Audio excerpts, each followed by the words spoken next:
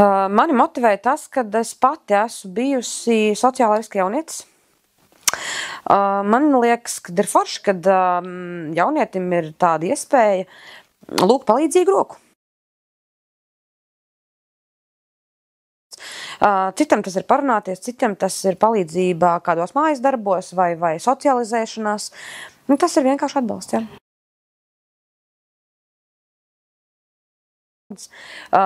Vairāk savaldības, vairāk, teiksim, kaut kādas savādākas pieejas, kaut kādas organizatoriskās spējas, lai tu pats spēj komunicēt, saprast, ne uzreiz tā, kad pagaidīt.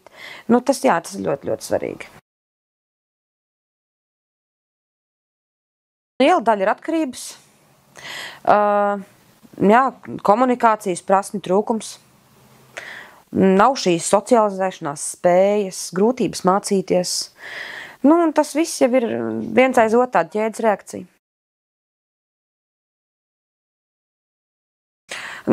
Redzot jau pašu jaunieti kā tādu, satiekoties ar viņu, runājot, komunicējot, katru mēnesi mums ir jāiesniedz atskaites. Tad līdz ar to tu jau arī redzi, teiksim, tīri palasot, kā tas viss notiek, ko mēs esam darījuši, ko mēs esam sasnieguši, jo nav jau varbūt tāds viens globāls liels mērķis, bet ir daudz mazie mērķīši un solīši. Jā, tās ir atkarības, tie ir tās mācību problēmas, tā nevēlēšanās iekļauties vai negribēšana, nevarēšana iekļauties. Un tad ir kaut kādas problēmas mājās, problēmas jau pašiem emocionālajā un mentālajā veselībā. Un tad jau tas tā arī viss ir, kad, ja tu nejūties emocionāli labi, tad tu nevari apmeklēt skolu, satikties ar cilvēkiem, normāli komunicēt.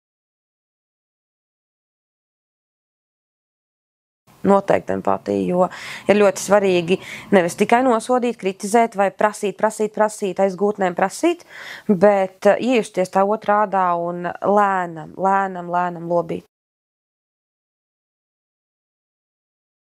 Tādi ir vairāki, bet tas lielākais manuprāt, ir jūnija sākums, kad ir izlaiduma laiks.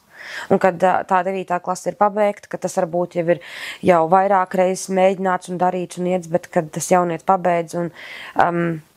Tas ir tā mazā balviņa tev pašam, kad tas prieks tāda otra alga, kā teikt, kad tas jaunietis pats vēlas un pats ir to izdarījis. Ļoti pievērst uzmanību savam tādam, kā teikt, cik tev tur nervi, tādai izturībai.